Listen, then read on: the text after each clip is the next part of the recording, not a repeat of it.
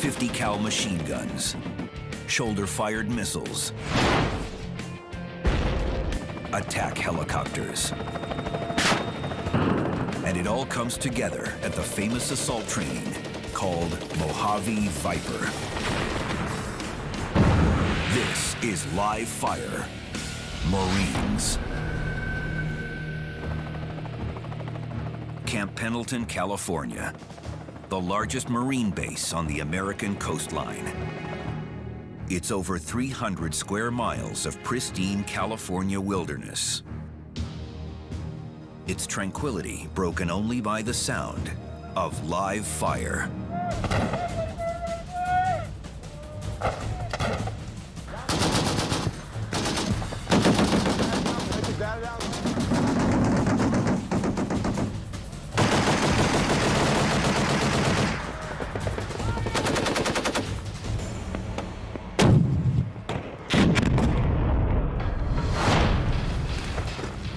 This is the U.S. Marine Corps' Graduate School of Combat.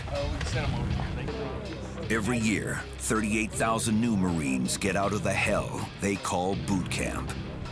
And then they get their real training in the arts of war. Gunner, hey gunner, make 2 lines right now. Here at Pendleton, these new grunts learn the awesome firepower of the Corps' big guns.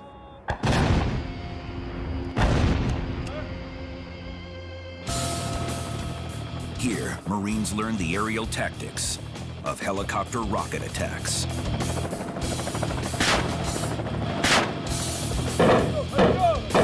And the deadly intensity of house-to-house room-clearing exercises.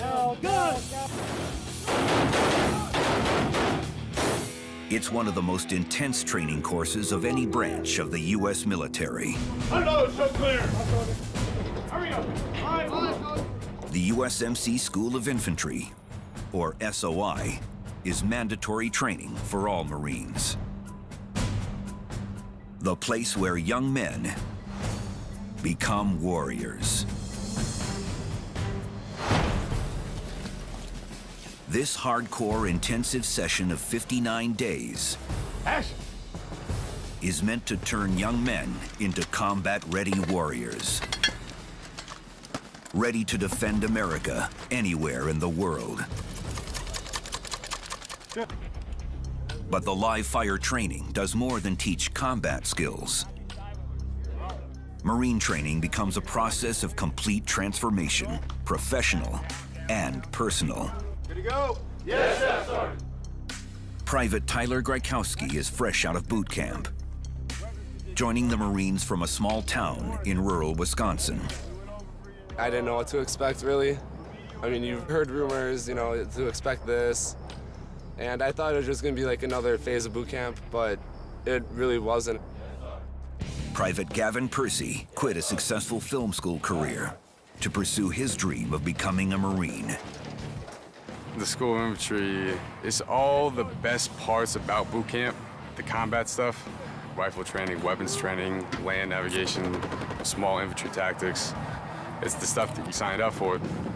Every day is a challenge, brings new challenges, but I mean, it's not easy. That's the other ammo. It's not easy to make the grade in the Marine School of Infantry. Students are graded on written tests, memorization, physical training, and live fire experience. Sergeant Stephen Hellman is a veteran Marine instructor whose job is to decide which Marines make the cut and which don't.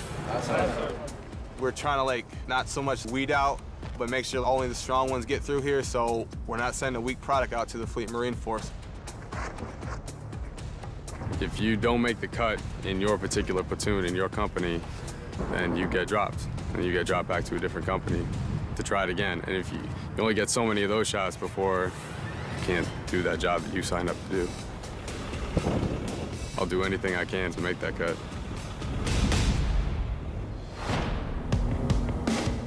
Competition is brutal. Standards are high. Tolerance for failure is low. These Marines are training to be specialists, machine gunners, mortar men, assault men. If they don't make the cut, they become just another grunt. 1200 yards, 60 yards. Instructors like Sergeant Hellman do whatever it takes to deliver the finest battle-ready Marines to the front lines. I have 21 Marines, and I have to make them understand the 240, the 50 cal you see right here, and the Mark 19. And once they understand that fully, they each do a shoot, and they each take tests. Once they pass these tests, then I know that I've done my job. Okay, time starts now. Begin. It's Friday, and this section of would-be gunners are unloading ammo for one of the Marines' iconic weapons, the M240 Bravo machine gun. It is the general-purpose machine gun for the entire U.S. military, a brute force workhorse that these gunners must master. The M240 Bravo is a medium machine gun. It fires a 7.62 millimeter bullet. It's the same as your 30-06 hunting rifle. The max effective range of the weapon is 3,725 meters. We can effectively engage targets with this weapon out to 1,800 meters. It weighs 27.1 pounds. This weapon is only a medium machine gun, so infantrymen carry it quite a bit. The M240 has seen action with U.S. troops from Grenada to Afghanistan. And it's one of the most powerful and reliable tools in the Marine arsenal.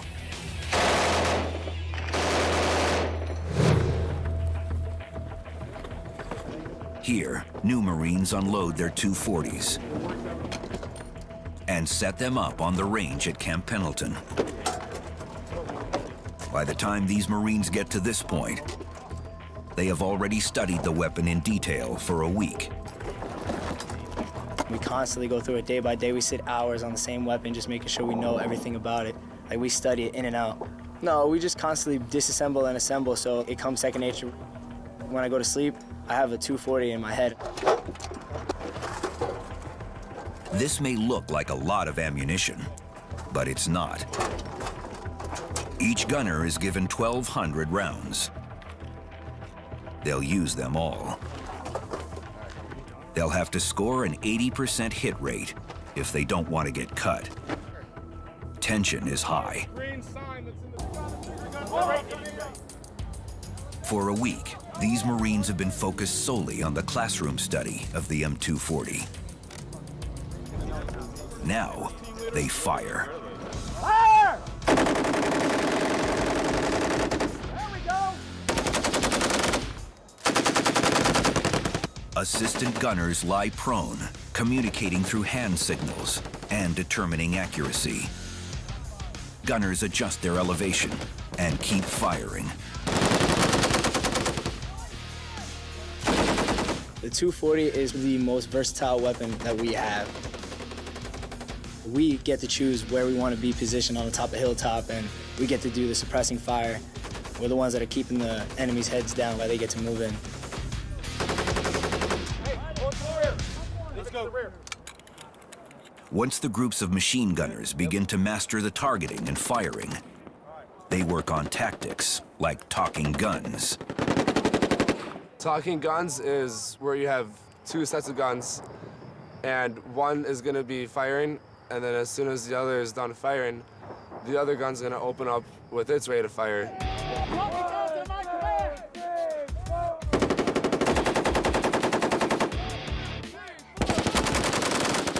And you just continually do this. And then when one runs out of ammunition, then the other gun's going to pick up the rate of fire to make it seem like there's more.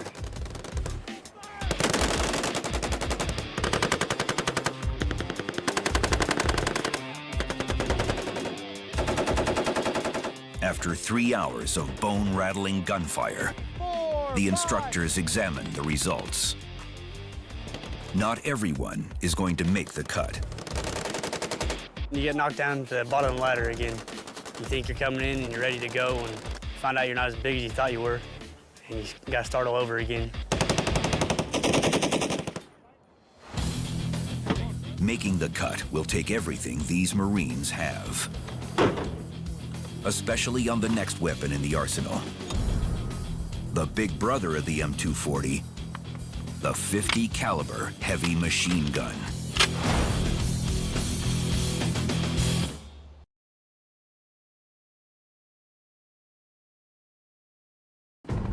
Camp Pendleton, California.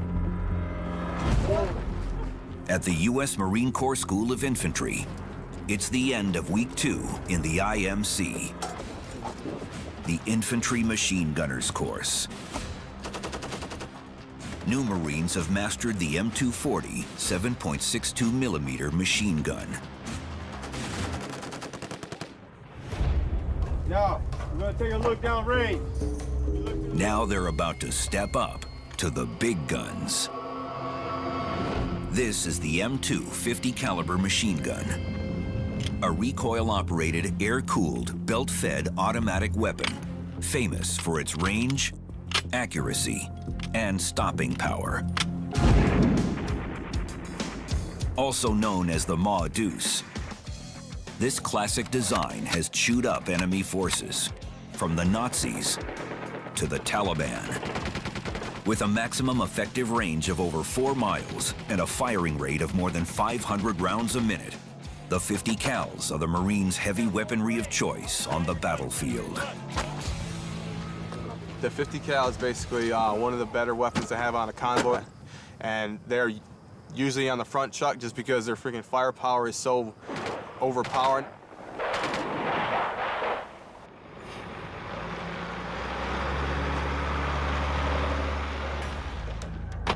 The student Marines unload cases of ammunition. Lots of ammunition. Well, we're all excited for the .50 cal. We can't wait. We're all just like, all right, this is going to be some more weight, more conditioning. We're going to be able to push our bodies to a bigger limit. How many rounds are in each can? 100 rounds. A round. Hey. The size and power of the .50 cal's half-inch wide bullets is clear. The rounds, they can go through like a Humvee's steel. They can go through concrete, they can go through mud walls, anything like bunkers and things like that, and personnel carriers that the enemy might have. Quickly, let's go. Metal targetry. Beaten zone all around it. There's your TRP-1. Who does not see TRP-1? A weapon this large needs a lot of training to master. Hey, come directly to the right of that. They started last Friday on these weapon systems, and they got classes from basic characteristics, troubleshooting, unloading, loading, and they just started from there. Are we good? That's up to you to judge the distance, right? They have to learn how to take this gun apart and put it back together under 3 minutes, which is pretty dang tough. A 2-man crew is needed to fire the M2. And some of these trainees may not make the cut in learning the M2's elaborate firing process. First of all, to load the weapon, we have to clear the weapon. We pull the track slide handle to the rear, clear it out. There's nothing in there, so it's clear. Just plug a hole, empty chamber. We put the rounds on the feedway, right here. And now we're in condition 3. We pull the bolt back to the rear once for condition 2, half load. We pull it back once more for condition 1, full load. So now we're gunned up, and now we're ready to fire. You good? Yes, sir. Cover down under your guns. These students have spent over a week mastering the intricacies of the M2, but they have never fired the weapon until now.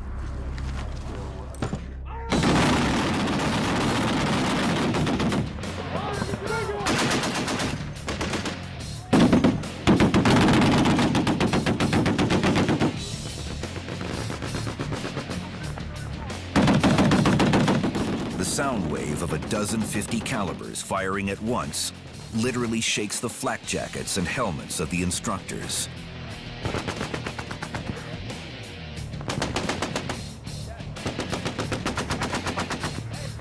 Get him on target now. Each 2-man crew begins zeroing in on their targets. Let's go, Nichols, get him on target. Hulks of reinforced steel hundreds of yards away.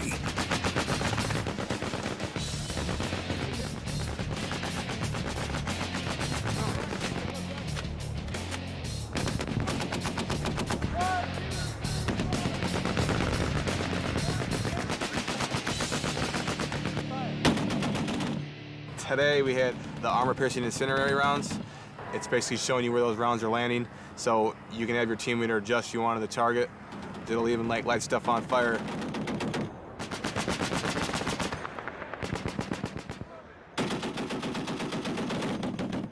Once each Marine has fired a few hundred rounds, That first Marine, get up here. it's time to take their place behind a Humvee-mounted M2.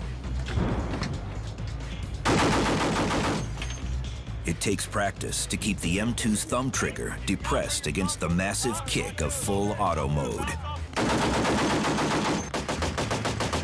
Push into it. Push into it all the way to the freaking right. All your little body weight. It takes a lot to get each step right with the M2 and keep from being cut. I kind of go through the mental checklist of, am I doing everything right? I mean, pretty much the mental checklist of, is my sergeant going to start yelling in my other ear or not if I'm doing something wrong? Let's go.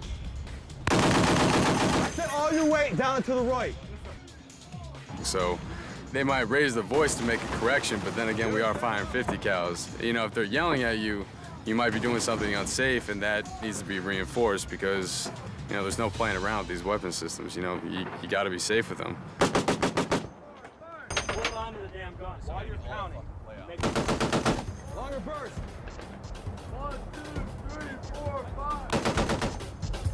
5. A dozen machine guns, 21 new Marines, several thousand rounds of ammo, and these Marines have a new appreciation for their own firepower. It takes your breath away. It's loud. When you shoot, you can just feel the percussion going through your body, and it's unreal.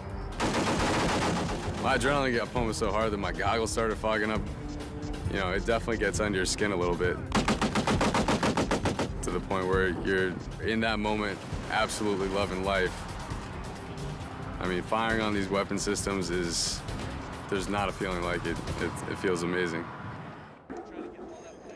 Each step in the School of Infantry is watched and evaluated. The goal is not to fail those who aren't prepared, but to make sure every Marine is ready to go directly into combat. Okay, just get the gun on target. That's all I'm worried about. There you go. Fire when ready. Go ahead. We're always being graded. Like, everything that goes on, it's a performance-based thing. So if you're not doing well, they're going to coach you up, and they're going to set you up and prepare you to do better. Sergeant Nathan Glawi has overseen these young Marines through the first half of SOI. There's a lot of transformation from when he shows up in classroom on day one to when he leaves, because they're already Marines. They've already made it that far. It's making them confident in their abilities to actually conduct warfare when needed, and yet still uphold the standards that a Marine has to uphold. The challenges are about to become greater as these new Marines experience night combat, shoulder-fired rockets, and the awesome firepower of Marines in the air.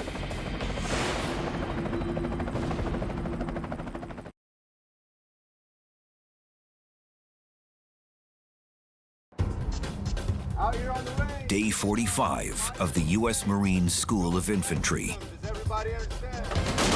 A band of men straight out of boot camp are halfway through this graduate school of combat. Hey, gents, we ready to fire rockets? Yes, Sergeant. All that hard work? Yes, Sergeant. This group is about to deploy one of the most powerful single-man weapons in the entire U.S. arsenal. The Mark 153, also known as the SMA. The SMA is a shoulder-fire, multi-purpose assault weapon. It's got 4 different types of rockets. The rockets that they're shooting today are the high-explosive dual mode. If it's a soft target, such as a bunker or a building, it goes through the target and detonates. If it's a hard target, such as an armored vehicle, a tank, or a heavily fortified building, as soon as it hits the target, it explodes. MK-153 small, right? Yes, sir. How much does it weigh? 16.92 pounds, right? Yes, sir. All right. Immediate action. What do we do? Each Marine begins to unpack the weapon's components, from the high-explosive rocket to the launch tube. These pieces, when put together, can take out anything from a reinforced bunker to the world's most powerful tanks. The SMA developed from the original bazooka of World War II. But new generations of development have created a far more powerful weapon. This is how the Marines are taught to carry the weapon. It's the cradle carry, what we like to call it, and this is their life and limb right here. You have your shoulder rest right here. So you're gonna just simply pull it out, put it in your shoulder, just like this. So after you pull it out, you're gonna hold it, the small just like this, looking down range, acquiring your target. And once you have the target locked on, then you go ahead and fire your rocket down range to your target. Gunner, A gunner. Make 2 lines right now. Training is intense because the consequences of failing could be deadly. Rocket! Instructors stand next to the Marine shooters to give guidance Load. You shot your stun rifles too fast, Marine. and grade performance.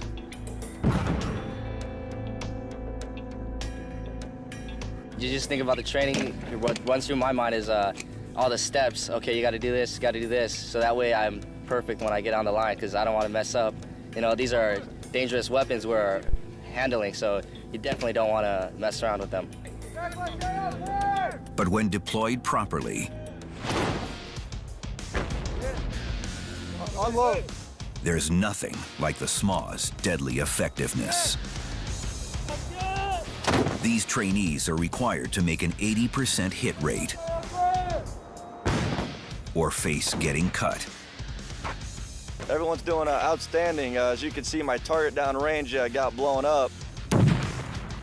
And that's the first time I've ever seen that one. So the Marines are hitting their targets very, very continuously, so my hat's off to them. Go. Fire. Go, reload. Hit. Save. On another range nearby, the training takes on another aspect. This section of new Marines not only has to hit their target, they have to work as a team. The weapon, a mortar. We have the 60mm mortar out here today. It's a smoothbore muzzle-loaded. It's a high angle of fire weapon. There's no rifling in the bore, so it's strictly straight up, straight down. And we actually have to have a high angle of fire, so it comes down on top of targets. Since World War II, the 60mm mortar's mobility and explosive power have defended Marines in combat. And they're found on battlefields in Iraq and Afghanistan. At night,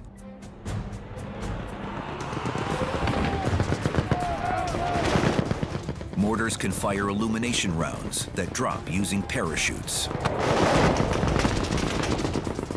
lighting up the entire battlefield for machine gunners.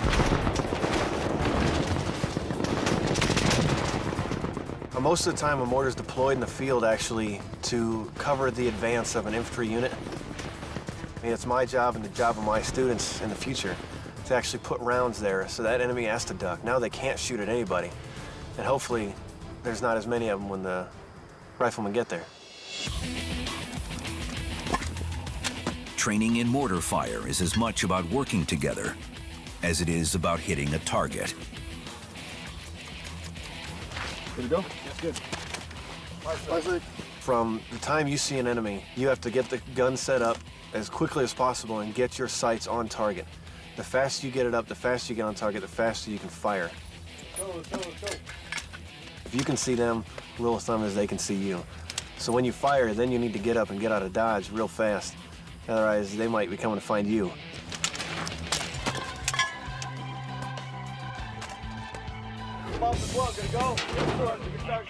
As the weeks of training have progressed, these Marines are now being graded on teamwork as much as skill. Yes, sir.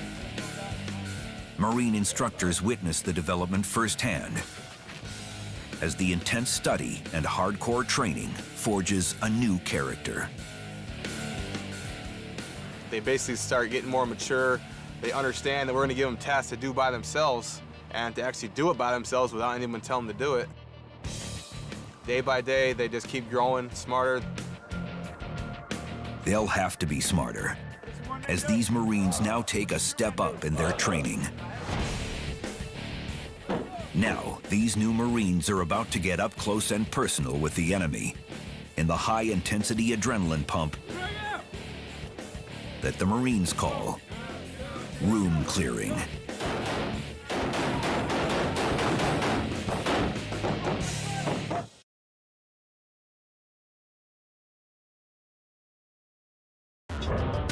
After 6 weeks at the School of Infantry, Marines have trained with powerful long-distance weapons, like the .50 cal and the shoulder-fired SMA. But real combat is more intense and up close. Down, down, down, down, cut! Bang, bang, bang, bang, bang, bang! Right side clear!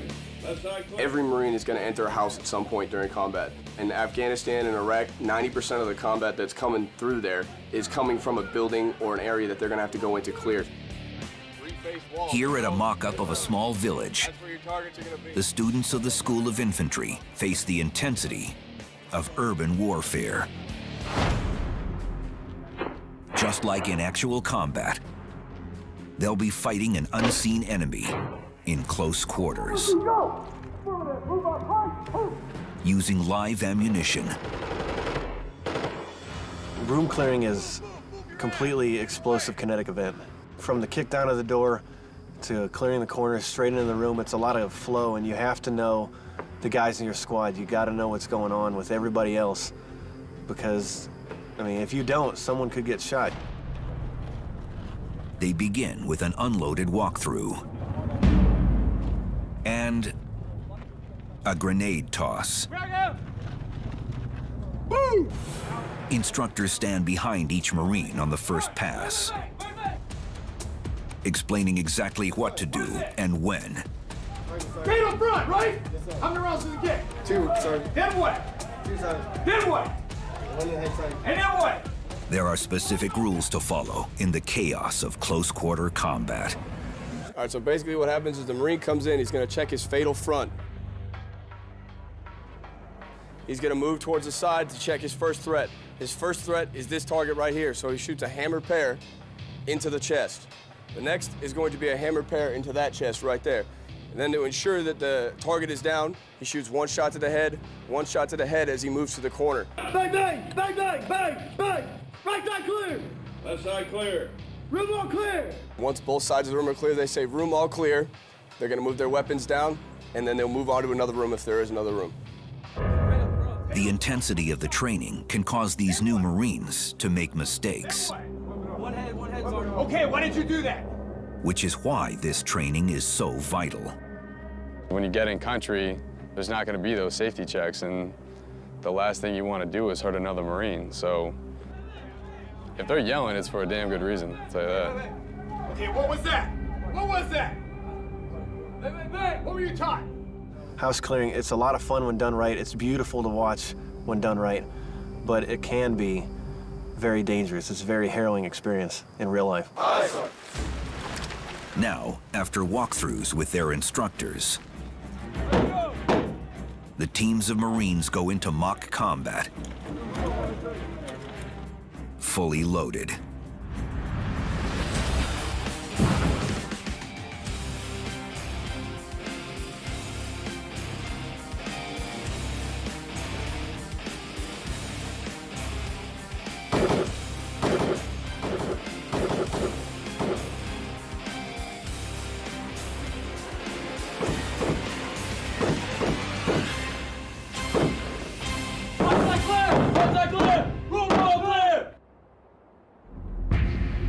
The targets are green plastic.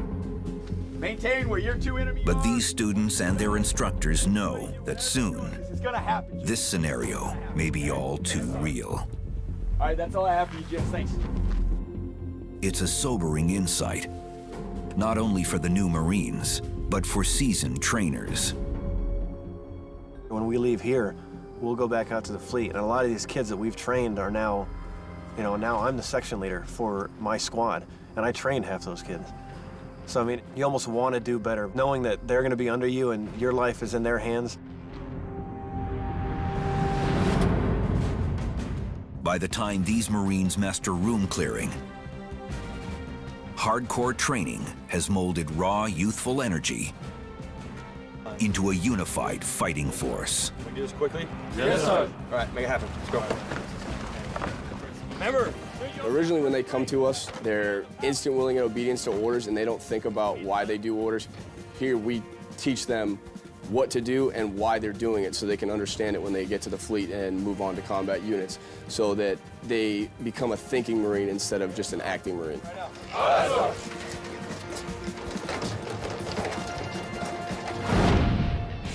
For some Marines, the stakes are about to get higher.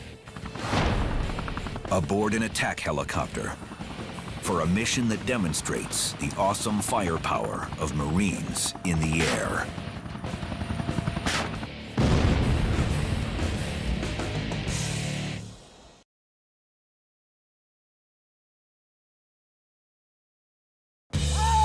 Every Marine learns his basic fighting skills at the School of Infantry. But some Marines will go on to take the battle into the air. For nearly 100 years, U.S. Marine aviators have been flying missions. From the days of biplanes to today's deadliest assault helicopters. We fight as a MAGTAF, a Marine Air Ground Task Force. So anytime we go to fight, there's a ground combat element, there's an aviation combat element, whether it's in contingency operations, whether it's disaster relief, or whether it's fighting full-scale combat operations in Afghanistan. The MAGTAF is really the fundamental of our warfighting ethos as Marines. Marine aircraft ranges from C-130 cargo planes to the massive troop transport helicopters. At the Marine Air Base at Camp Pendleton, pilots are preparing for a training run. Today, they're loading rockets and machine gun ammo for a mission that simulates an air assault on a distant target.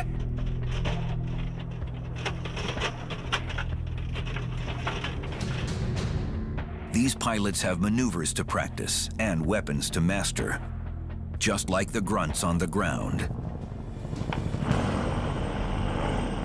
And the primary weapon platform of the Marine Air Assault Arsenal is the AH-1, the Cobra.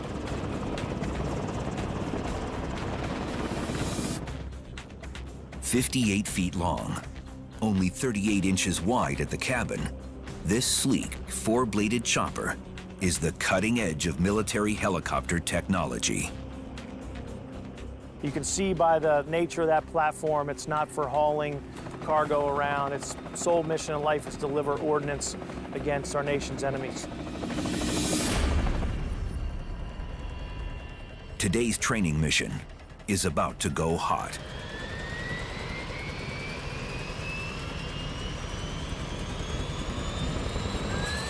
The Cobra is designed to deliver massive firepower with brutal accuracy. The Cobra's nose contains the lead-spitting 20mm cannon, capable of firing 750 rounds a minute, or 11 rounds per second. We have different types of warheads on them. We have tracers, and we also have our semi-armored piercing high-explosive incendiary round, which essentially it's got a little explosive inside it and acts like a little mini grenade every time we shoot those out. So one can imagine that you're essentially getting shot 11 rounds per second with these high explosive rounds. It creates a lot of damage. Outboard wings carry banks of high explosive Hydra rockets, fired at 1,500 miles per hour. Right now they're loading up some 2.75-inch HE rockets. They're loading 14 right now on the Zulu there. high explosive. They're gonna go boom when they hit their target. But I believe the casualty rate is about 50 meters per rocket. It's pretty destructive. These 5 pounds of high explosives can flatten buildings. Fragments of iron erupt from the warhead, killing everything in a circle of 150 feet. The Cobra can carry 19 of these devastating devices on each side. Basically, you have a lot of things rolled up in one in the Cobra. And we can go out there and fight pretty much anything on the battlefield today.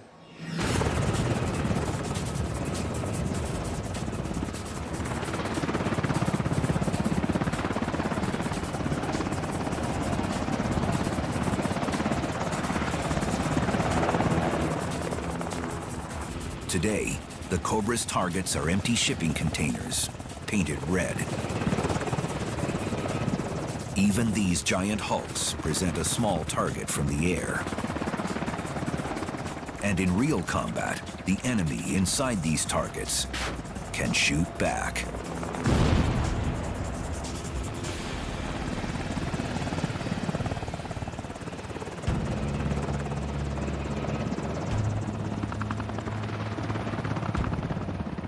The sound of incoming Marine Cobras is known and feared around the world. It's a very, very large blade, distinctive sound. As a matter of fact, that oral signature is what the enemy fears. So when you have AH-1s flying overseas in Afghanistan, typically the shooting stops until they go away. When the enemy hears those helicopters coming, they know that it's typically not going to work out very well for them. Attacking Cobras usually have backup from the Marines' workhorses of the air, the legendary Hueys. The original model flew thousands of missions in Vietnam, becoming an icon of that entire war and era. When you watch Vietnam movies, you see the Huey gunships going in, everything from resupply to troop insert.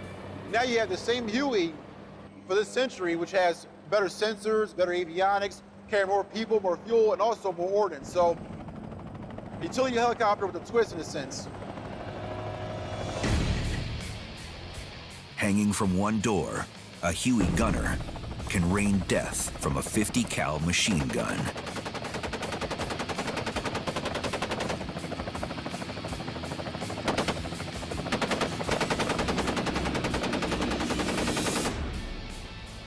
On the other side, lead spews from a GAU-17 minigun with 6 rotating barrels. It has an exceptionally high rate of fire, 3,000 rounds per minute. It's really going to give you the capability to throw a lot of rounds downrange. It has a great suppressive capability. It will give you a lot of firepower when you need it. So it's one of the guns we love to have overseas.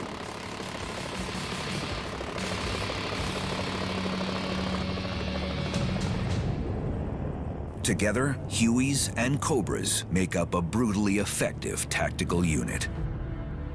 The combined guns providing a devastating field of fire, front, side, and rear.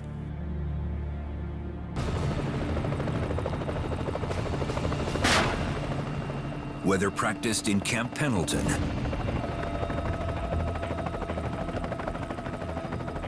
or deployed on battlefields around the world, these air tactics are designed to work directly with the troops below. Our number one, our sole purpose in life, and every Marine aviator understands it, is to support that individual Marine on the ground. Our sole purpose is to ensure that when called upon, we're there to deliver accurate fire. Being a Marine pilot, again, you're a Marine first, an aviator second. So all of us as riflemen fighting, I just happen to fight in the air. So when those guys on the ground are getting hurt or getting shot, we take it personal because those are our brothers in arms down there. Now those brothers in arms are about to face their final exams as they prepare for the last steps that will put everything they've learned to the test. It's a high-stakes war game Back your enemy up on that hill. under combat conditions where the bullets are real.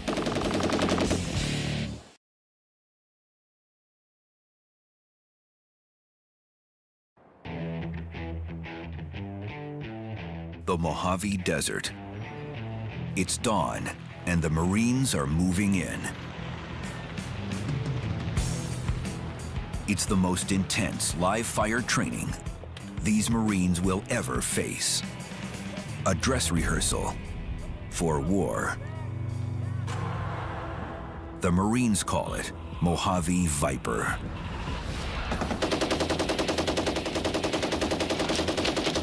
It is the Marine Corps' premier live-fire training range in the United States, due to it being just under 940 square miles of what is essentially free-fire area.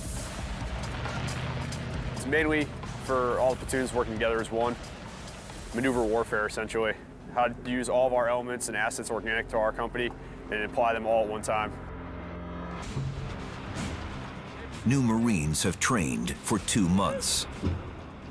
Those that survived the cut at SOI must now spend 30 days here at Mojave Viper under combat conditions to complete this notorious final exam. Just the aspect of living in austere conditions for close to a month allows the Marines to get in the mindset that they need to deal with the conditions and the environment that they'll be facing in Afghanistan. Today's training mission doesn't have a name, just a number. This particular one, it's known only as Range 400. There is no other name for it because everybody in the Marine Corps knows that. Range 400, for probably close to 3 decades now, has been the literal crucible for a Marine rifle company.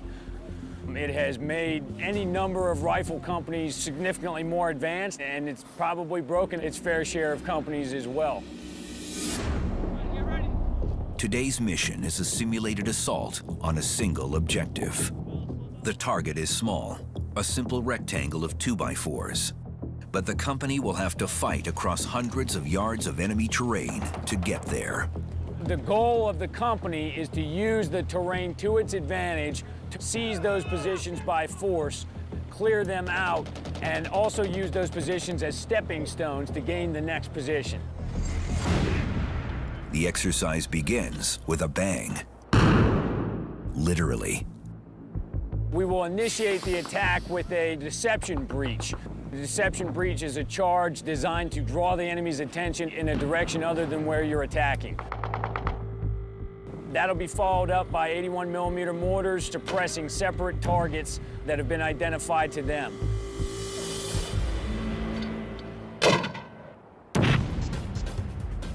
Mortars rain destruction on the distant target. Now, the skills learned during weapons training at Camp Pendleton become part of the combined operation. Machine Gun Hill is really a critical component of this range. We're going to put our entire medium machine gun section up there. Their purpose in life is to provide our most responsive and arguably our most accurate suppression on each and every objective in advance of maneuver elements pushing up onto those objectives.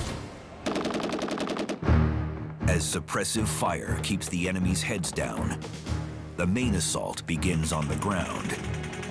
We have to continue to push and use what we call micro-terrain. Wadis, washes, small hills, dirt mounds, rocks, or even somebody's boot print in some case can become micro-terrain depending on how bad you want to use it. All right, let's go. These are the skills that pay off in the real battlefield. The mindset of combat, where fear and personal safety come second to the job at hand. You kind of zone it out. You're more in tune to what your squad's doing. It's almost an internal feeling. You are aware of what's going on around you. You hear the blast, you hear the gunshots going, but you're more focused into your job. And everything else is kind of secondary at that point. The battle reaches its climax as the Marines near their objective.